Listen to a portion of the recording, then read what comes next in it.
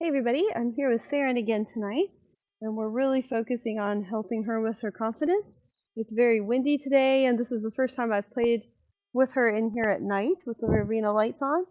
And she's also a little worried because I just turned out the rest of the horses about 20 minutes ago, and so she's a little concerned that she can no longer see them because they were in the barn until a few minutes ago. And so I'm gonna play with her a little bit and get her moving her feet a little bit and see if we can get her to kind of move out and get rid of some of this anxiety that has built up. So I'm going to ask her. We have enough communication between us now that I can ask her to move out onto the circle, and I can use movement to help her calm down. And as you can see, she's pretty tense. She wants to relax. She's trying to breathe and blow out a little bit there. But I want her to find comfort in the movement, in moving out, moving forward, because she tends to want to kind of freeze and lock up. And so it's going to be really important for this particular horse to move forward and work through that, work through the tension, having some forward movement. But all of that's just tension coming out. It's not that she wants to kick at me or the stick. She's not thinking. That wasn't a deliberate, I'm going to kick you kind of a move. She's just tense and afraid and doesn't really know what she's doing. She needs to move forward and relax a bit, breathe, and then she'll be able to calm down and think. But I don't know if you can see in the video, but all of her muscles are really, really tense. She's an explosion waiting to happen. It wouldn't take much to send her over the edge and have her either buck or kick like she just did, or have a really major spook or bolt moment. It wouldn't take much to throw her over the edge right now. And so I want her moving forward, not just standing still and holding all that anxiety in. Because if we let her just hold it and hide it, she doesn't learn to deal with it. I want her to learn how to calm herself down. She can go as fast as she wants, but I want at least a trot. And notice my energy and my body language is staying nice and soft. Good. And if she gets softer and wants to walk, then I'll allow that. I don't know if you could see, but she licked and chewed and took a big breath and then walked. And so I'm going to allow that walk. That's a different walk than what she had earlier. Because earlier she was very bracy and she wanted to kind of stop and stand because she was having trouble moving forward because of the tension. Whereas now, it's a much more relaxed walk. She's trying to find relaxation now. And so I'm going to allow her to walk unless I see the tension start to build again. And as she walks, I'm encouraging her. You'll see I'm using my stick in time with her inside hind leg to encourage it to step a little bit deeper underneath her than it would otherwise, and help her bend around me. I still want her outside of my space, especially when she has this much tension in her body, because I don't want her to jump on top of me or explode on top of me if the tension builds too much. Good. Now her head's starting to nod down. You see the difference in her body there? Her head is nodding down.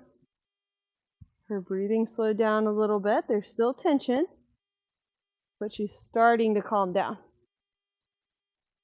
She's a really clever mare. She really wants to be calm and confident. She doesn't want to be tense. She likes to seek that calmness, which is really, really good, because not all horses will seek that from the beginning. A lot of them, they're okay with being tense. That's all they've ever known. And so they're just kind of okay being there. They don't seek the softness that can come with relaxation. And so I'm really glad that she does. That's a really important piece of the puzzle. And she'll get through this very quickly because of that. I'm still not going to let her freeze up or come back until she relaxes a little more, because I want her to learn how to calm herself down. Could I bring her in and pet her and calm her down? Maybe. But that's not the point of this. I want a horse that can calm themselves down, that has that self-confidence to where she doesn't need the other horses and she doesn't even need me, that she's able to calm herself down and control her own emotions, that she doesn't need me to babysit her. Because if I get in the habit of babysitting her, then eventually there's going to be something that is more scary than what I can provide for her. And if she doesn't learn to think through situations like that, then we're going to be in trouble when that happens. Good girl. She's looking much better now. Much softer, much more confident. She's still kind of looking out and around. She's still a little bit concerned about where the other horses are and about the wind. Wind bothers a lot of horses because it takes away one of their senses. So horses rely a lot on their hearing. They have really, really good hearing, and so they rely on that sense more than some of their other senses. And the wind creates a noise that they can't hear other things through. So it's just this kind of white noise that they hear. And obviously it also makes things move, like a leaf just blew in. And notice that time she didn't explode.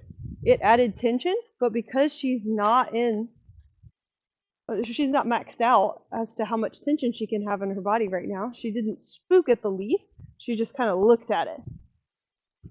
But when they spook or kick out, which was her reaction earlier, she felt defensive because she couldn't handle any more tension than what she was already holding in her body. Whereas now, when that leaf blew in, she looked at it. It certainly added tension to her body. Good girl. But it didn't push her over the edge because she wasn't at the edge to begin with. Good. That's really nice. When they blow like that, they start breathing, her head is getting lower. And she came to this on her own. I'm supporting her. But I'm also encouraging her to find this relaxation on her own. I'm not babysitting her. She needs to be able to calm herself down in a productive way. Because when something is scary, I don't want her to be defensive or spooky.